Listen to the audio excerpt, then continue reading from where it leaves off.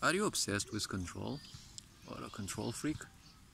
Well, in many situations, see, there are these people who, even if they are obsessed with control and they, you know, so fuss about everything being the way they want, they still say they are genuine.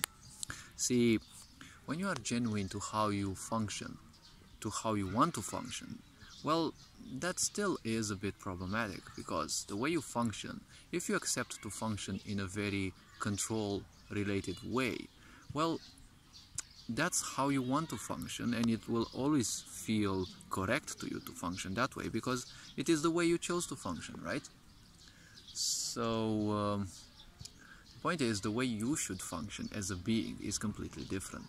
See, many people call themselves authentic. If control is the best thing they can do and think of, if their awareness is so low, well, in a way they are authentic because they don't know to do better.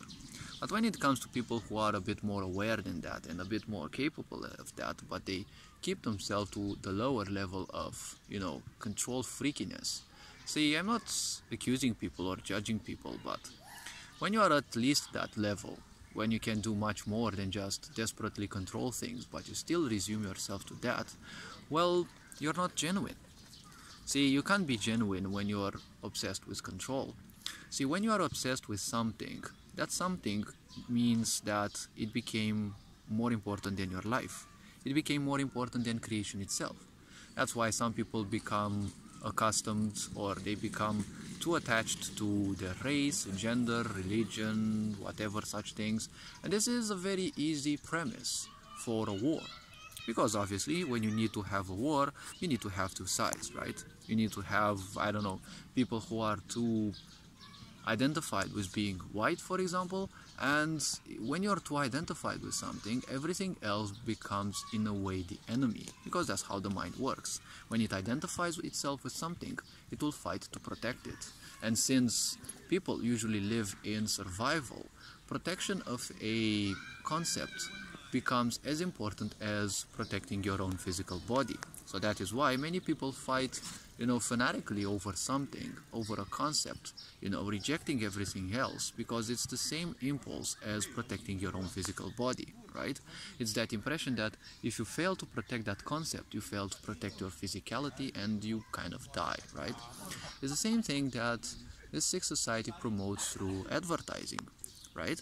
It makes you feel that if you don't take advantage of that service, packets of services, or that those objects that they sell, you're gonna miss out, you're gonna be left behind, right?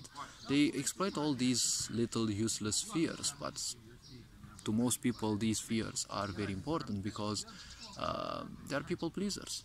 They don't want to be different, right? They want to be in the center of attention.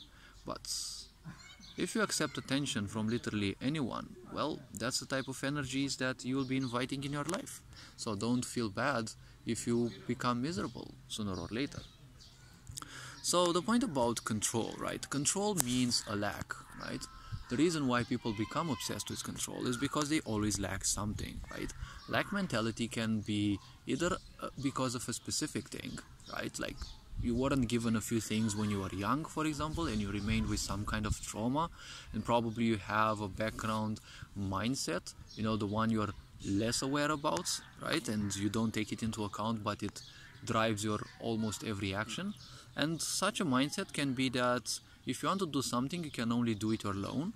Usually these are the loners who want to do things on their own because other people may not be up to their standards, up to their capacities. And this can be both in a toxic way, like superiority syndrome, or as it was in my case, from a neutral perspective, because I kind of knew that most people couldn't handle the complexity of things that I would think about. Many people were just shallow, and I kind of became aware of that, so I prefer to do things my own way. Then it also became a bit of an obsession because it had to have my mark upon it, right? It didn't matter how much others helped me, I wouldn't mind that more or less, but it had to have my signature, right? Not a hand signature, but so that people knew it was my genius involved. Now, the point about obsessions, right? An obsession is an impulse. An impulse means something which repeats itself, and it repeats itself because you've made it a pattern, right? A pattern means a lack of something. You overdo something because you lack something. When you lack something and it hurts, you usually run away from it and you need distractions from it, right? It's what I call the the pill syndrome, right? You take a pill, a painkiller, and it no longer hurts. But the problem is not solved, right? Your system is just numbed down, so you no longer feel the pain.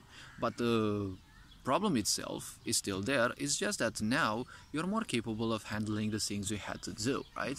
Even if many people will still conduct self-destruction. So see, obsession isn't necessarily something bad, but it can be distressing at times. It can be stressful because when you obsess about something, you consume a lot more energy, right? So you'll have a need to eat more. And usually this leads to having irregular meals and can be felt usually by either going too fat or going too slim in a way, because at times you can also maintain your weight, because even if you eat more, obsession means you're using your brain and your neuron cells a lot more. The neuron cells are some of the most voracious cells in the body. I mean, the most voracious cells in the body, so they will consume most of the food anyways. It is said the nervous system eats at least or around 20% of all the food that you eat. And considering the neuron cells number is much smaller than all the other cell types, well, that actually speaks something about their voraciousness. So obsession can affect you in multiple ways, but see, obsession, again, ultimately, it is a tool. You can use it to destroy yourself, or you can use it introspectively to check again and again why something is happening. Why is it triggering again and again? Because there's always multiple layers behind that, layers that most likely you have overseen for a long time. And since the obsession has been, the idea of control has been even greater than creation, even greater than who you are, because if you serve a certain idea, that idea is definitely higher than you in importance. When that happens, you lose track of time for how long you've done that, and you lose track of so many other things. Like, why are you simply obsessing with that, right? See, this is one of the greatest questions in life. Many people simply avoid these because, well, they don't have an answer, they feel they're not worthy of an answer, or they just feel they can't do it, either as a lie because they're lazy, or they don't have yet the awareness to do that. So, yep, obsession can influence you badly, but can also be used as a tool to see how it's been influencing you, and more importantly, why. When you find answers to this, you can also provide help to others, because in a world of consumerism, obviously people will end up obsessive of something sooner or later. And when you have so many things stressing you out, even if it's only you playing tricks upon you and creating pains and perpetrating those pains upon you, well, that is kind of another problem, right? Because you need distractions. What does this world excel the best at? Well, distractions, right? Because this is how it keeps you disempowered, this is how it keeps you in control. And well, ignorant people are easy to control. They're just a mold. Shape me the whatever way you want. That's what ignorance means. You will always follow the first idea that comes to your mind and in a certain miraculous way clicks with you. You don't know why it clicked with you, most likely it's a karmic aspect, but you will follow that. If you follow other people's principles for too long and you obsess with those, well, technically you are living other people's lives. All this being said, you are appreciated, take care, Ferenc Bor signing out.